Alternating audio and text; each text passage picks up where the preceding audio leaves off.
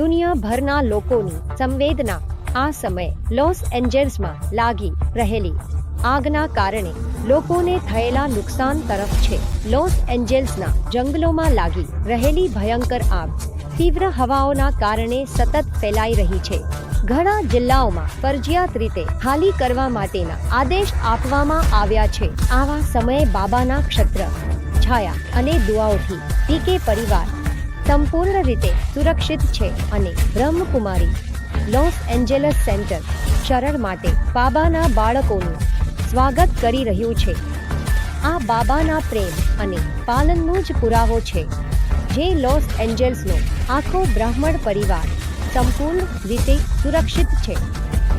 પ્રશાસન દ્વારા ઘણા જિલ્લાઓને ફરજિયાત રીતે ખાલી કરવા માટેનો આદેશ આપવામાં આવ્યો છે અને આ અસરગ્રસ્ત વિસ્તારોમાં રહેતા તમામ બીકે ભાઈ બહેનો શાંતિપૂર્વક સુરક્ષિત સ્થળોએ પુનર્વાસ કરી લીધા છે.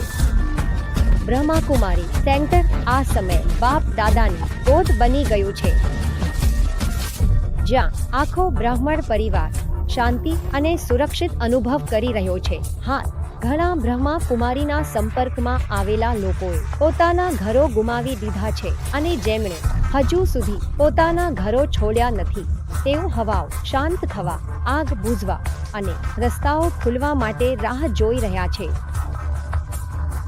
જેથી તેઓ પોતાના ઘરોની સ્થિતિ જોઈ શકે. દક્ષિણ કેલિફોર્નિયામાં હાલમાં 5 સક્રિય આગ જળ રહી છે અને આ રિપોર્ટ પણ એક સક્રિય રિપોર્ટ છે, કારણ કે પરિસ્થિતિઓ દરેક કલાક અને મિનિટે બદલાઈ રહી છે અને નવા પગલાં ઉઠાવવાની જરૂર પડી રહી છે.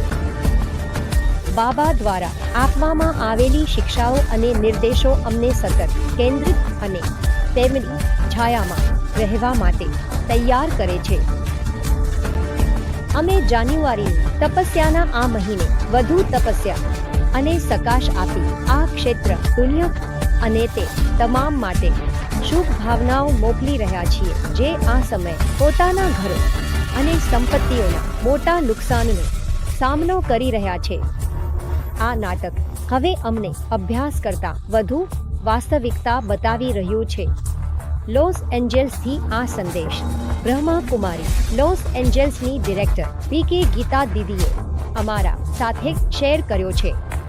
બ્રહ્માકુમારી ના વૈશ્વિક પરિવાર અને બાપ દાદાની દુઆઓ આખા લોસ એન્જલસ પરિવાર સાથે છે.